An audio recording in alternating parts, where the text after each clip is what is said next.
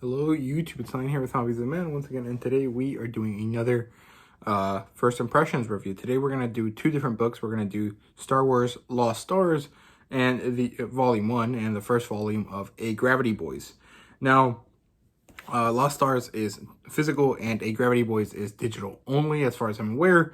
I don't know that if they're going to do physical releases for it, but there is a digital release, both that you can buy and that you can read with a subscription on Shonen Jump, right? So the kind of linking idea between these two is actually science fiction. Both of them are about people in space. Now, they kind of diverge a little bit. Star Wars Lost Stars is more of a romance kind of action story, and Agravity Boys is more of a comedy story with some small amount of action, like things happen and things kind of like get tense because of action, but it's mostly just like a bunch of teenagers doing dumb things in space. So yeah, let's just jump into it. Let's start with Lost Stars. So this is Star Wars Lost Stars. This is actually written by Claudia Gray, and it was originally a novel. It's like one of the first, if not the first, novel that came out after the new Disney canon was established.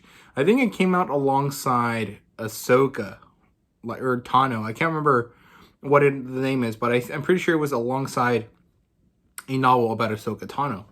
And this is illustrated by Yusaka Komiyama, sorry, and published by Yen Press, which is pretty cool.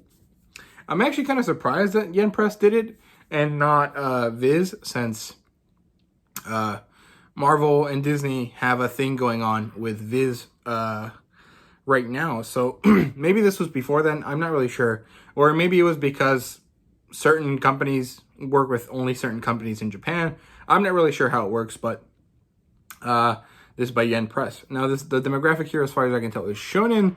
I'm pretty sure Lost Stars is a YA fantasy, so it's right around the same thing, but there's no like gender demographic in Western media, or at least in Western novels, although there's like an unspoken one, but not a like directly recognized one. So yeah, and the genre here is obviously science fiction. And since this is actually more military in its essence, and it doesn't really deal with Jedi, this is more purely science fiction and not science fantasy or space fantasy like regular Star Wars is. And adaptations-wise, this is the adaptation of the novel, like I said earlier. And the premise here is basically that it's set somewhere in the middle of movies 5 and 6, The Empire Strikes Back and Return of the Jedi. And we follow a pair of young people that are essentially lovers turned enemies that grew up together, went to the Imperial Academy together, and then once they graduated, went separate ways. Our main character is this guy right here, who actually turned into a rebel, and now he's a rebel X-Wing pilot. And the female character is still a Imperial officer, I think, on the Death Star. And basically, we kind of deal with them growing up in this first volume. And I actually really enjoyed it. I think it was really good. And I really enjoy the kind of perspective of things that we see. We also get to see some very interesting, very powerful characters from Star Wars, like Grand Moff Tarkin, which is really cool. And we got to see that really insidious nature of Tarkin that we got to see a few times in the movies, but mostly in the Clone Wars TV show, when I think it was like season 5, where they're on that one planet and young Tarkin and young Anakin have to work together on something, which was really cool. I actually really enjoyed those sets of episodes from the Clone Wars, and I really enjoyed that he showed up here. And yeah, I mean, overall it was pretty good. I was actually kind of surprised that it was as good as it was, and I really enjoyed the art, and it's very nice, and it kind of fits with Star Wars while still maintaining that very clear kind of Star Wars anime vibe. I think this next page is my favorite. I really like how he looks in this one. It's just so cool looking. And yeah, I don't know. It's just really cool, and I really enjoy how the artwork looks. And yeah, that's basically it for that one. There's really not that much to say. This is only a third of the story. Although this book is significantly thicker than the other 2 volumes, so maybe it's like a half of the story. And I liked it. So let's move on to Agravity Boys. Now, Agravity Boys is written by Atsushi Nakamura. I can't remember his name exactly, and I didn't write it correctly, so I'm not really sure. But yeah, it's published by Viz. It's, like I said, digital only, but you can buy the volumes for $7.99 on the app, or you can buy the subscription for $1.99 and read the whole thing, as well as everything else on the app for that month that you paid the subscription. Now, the demographic is obviously shonen. It's a shonen jump title. It makes sense. And the genre here is sci-fi and comedy, like I said earlier. And adaptations-wise, there is none, but this would be a pretty fun 12-episode anime.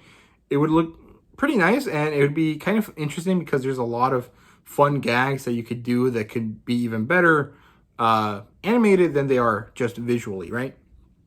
So yeah, and the premise here basically is that humanity sends out young explorers on this thing called the Hermes Project, which is essentially sending human messengers, well, messengers because Hermes, into space in order to find things. And I think it's not actually because they're messengers, but rather because they're heralds.